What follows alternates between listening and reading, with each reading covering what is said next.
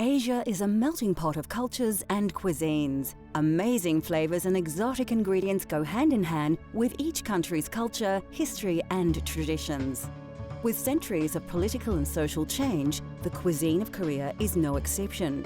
Heavily influenced by Japan, China and even Europe, the evolution of Korean dishes has been a colourful one. Join us as we explore the cultural flavours of Korea.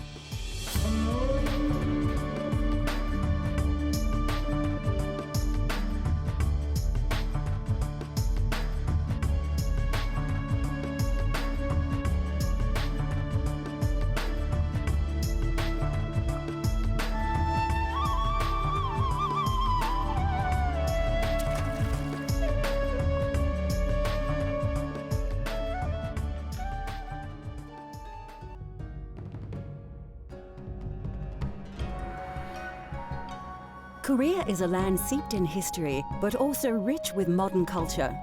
Bordered by China, Russia and a short distance from Japan, Korean cuisine has evolved to make its own mark in culinary history. A lot of people asking me the food is what's Korean food? Okay, a lot of people know about the barbecue, and Korean barbecue is wall and bibimbap and all those things. But there are so many style dishes there, which is garlic, ginger, and chili powder, and obviously a lot of different herbs and mountain fresh vegetables.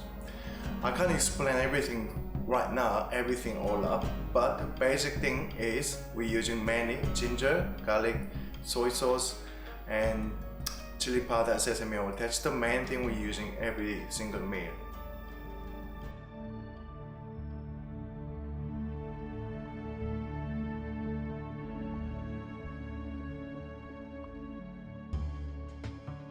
The herbs and spices used by Koreans to flavour their cuisine are common across Asia and are used the world over. Onions are classified by size in Korea, generally large, medium and small, which keeps things simple. Green onions are used for seasoning and to eliminate the fishy or fatty aromas from dishes. Its unique fragrance enhances the flavours of many Korean recipes. Garlic is a staple ingredient in cooking across the globe, and Korean cuisine is no exception. An important seasoning in kimchi, which we will take a look at later in the show, it is used in all manner of ways. Chopped, minced, sliced or shredded, garlic is even added as whole cloves to dishes and is used as a garnish. Popular in Asia, ginger is often added to pork dishes and sometimes chicken. Like garlic, it is added in various ways and even juiced to add as a seasoning. The spicy bite of Korean cooking is thanks to the pepper or chili. Used in 3 distinct ways, as a paste, dried, or less often as a standalone ingredient. Ground pepper is made from dried red peppers and again is classified by the coarseness of grind. It is also sorted into intensity with strong, medium and mild. Red pepper paste is made from using the fine or medium ground red peppers and is used in stews, soups, fried foods, salad, grills and sauces. It is especially popular as a sauce side dish for raw fish or noodles. Black pepper is used mainly in meat dishes with its strong spicy taste. The peppercorns are also added to pear pickle and to broths and thick soups. Mustard is a popular Korean spice, and mustard sauce is used in dishes like naing chai, a chilled vegetable salad served with seafood, meat or fruit. Cinnamon features in dessert-style foods like Korean cookies and rice cakes, although, like most of Asia, desserts are not part of the food culture generally. Cinnamon is also sometimes used in dishes to reduce aromas of more dominant and pungent ingredients.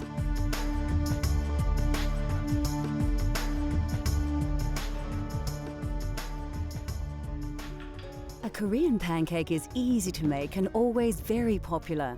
It can be cooked as a main meal or side dish, and you can use whatever vegetables you have at hand.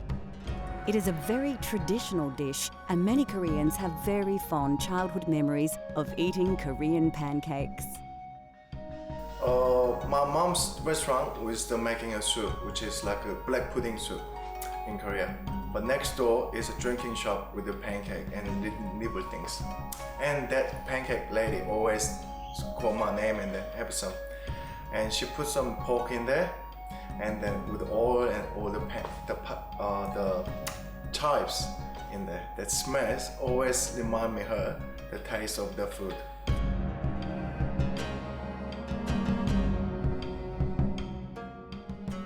Today, we will prepare a green onion pancake using a selection of onions as well as numerous vegetables which are currently in season. Of course, you can add any vegetables you wish as well as various meats.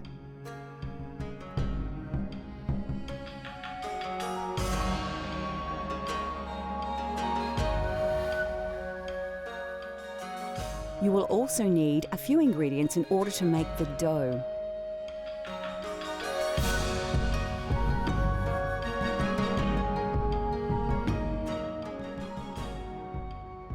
First, take your onion and slice it finely into strips lengthways.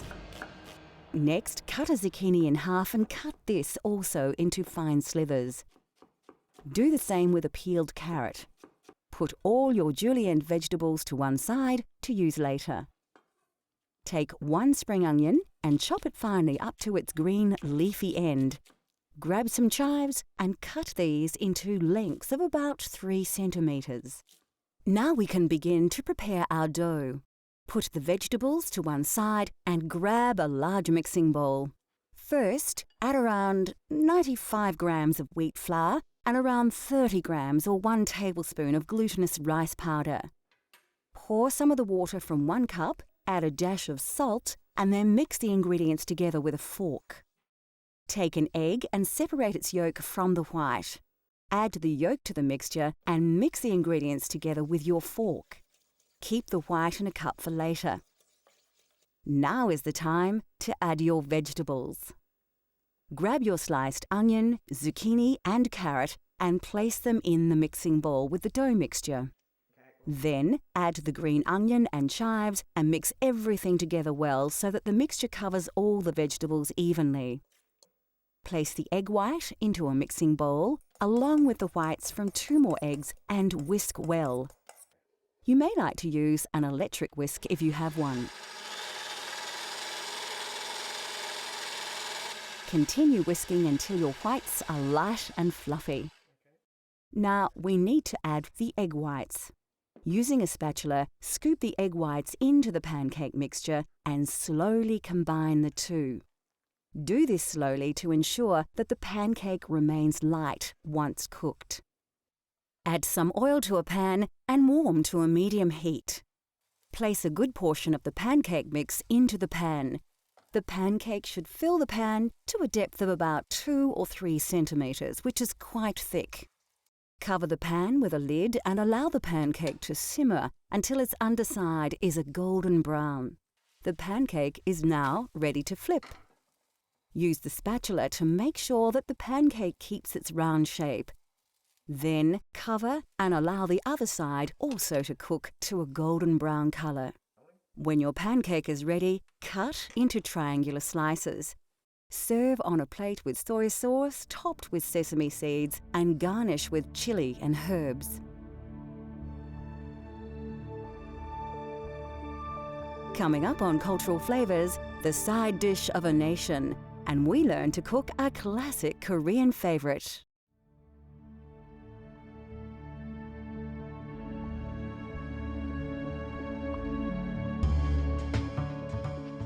Across Korea, there is one dish so popular, so entrenched, it is eaten everywhere. The dish is kimchi, and it is actually the name of numerous traditional pickled vegetable dishes. Kimchi is seasoned pickled vegetables. The main ingredient is often cabbage, but can be made with radish or cucumber, depending on the region of Korea you are in and the season of the year. This location rule also applies to the recipes, and the mix of seasonings used to give kimchi its unique flavour differs extensively between regions. Some parts of Korea use fresh fish or oysters in their kimchi seasoning, while other areas are fond of hot chili. Also, the texture of kimchi may change between regions. Kimchi from the north often is less salty and more watery in consistency, whereas the southern style is more likely to be more spicy, thicker, and often a fermented fish or shrimp sauce is used to flavour the pickle. Kimchi is also made with other variations. Again, a regional influence. Some are sweet, while others prefer a savoury flavour. And of course, the seasons were a major influence on the preparation of kimchi, and the vegetables of the seasons were used. Even now, with the advent of modern refrigeration, the people of Korea still eat kimchi to the season.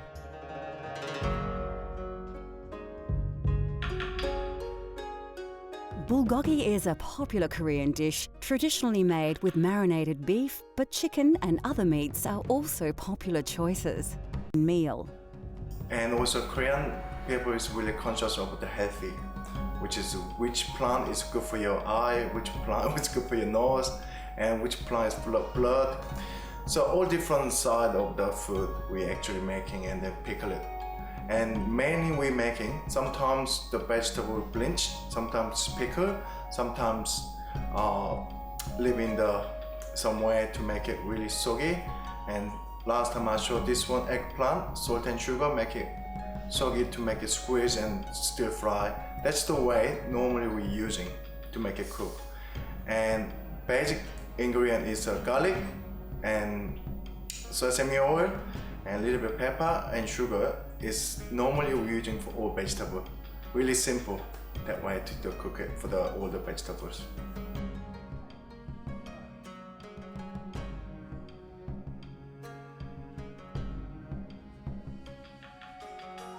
We will now prepare a typical side dish with eggplant, a very popular vegetable on the Korean peninsula.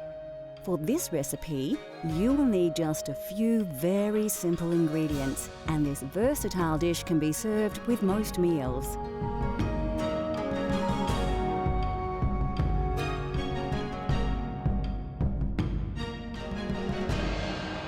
First, take a whole eggplant and cut it in half lengthways down the middle. Now slice each half into long strips with a thickness of about 1 centimetre. And then turn your slices over and cut them in half again. Now, take the long strips of eggplant and cut them in half once more. Take your eggplant and place it in a large mixing bowl. Now add about 1 teaspoon of plain white sugar and a pinch of salt to the bowl. With your hands, ensure that the salt and sugar coat the eggplant pieces well and evenly. Take a small handful of the eggplant mix and, using both hands, squeeze all the juices out from the vegetable over another large mixing bowl. When you have squeezed all the moisture from your eggplant pieces, place a frying pan on your stove and heat to a high temperature. Drizzle a little oil, place the eggplant pieces into the pan and allow them to warm through. Take about 1 large teaspoon of crushed garlic and add it to the pan. Thoroughly stir the garlic through the eggplant. Now you can sprinkle a good pinch of sugar over the vegetable and mix once more. Finally, liberally add about a teaspoon of sesame seeds and mix the ingredients together well. The eggplant will now begin to brown as all the sugars begin to caramelize. Lastly, splash a dash of soy sauce over your eggplant and stir well, allowing all the vegetable to absorb the liquid and its flavours. Once ready, serve in a small bowl as a delicious accompaniment to any main meal.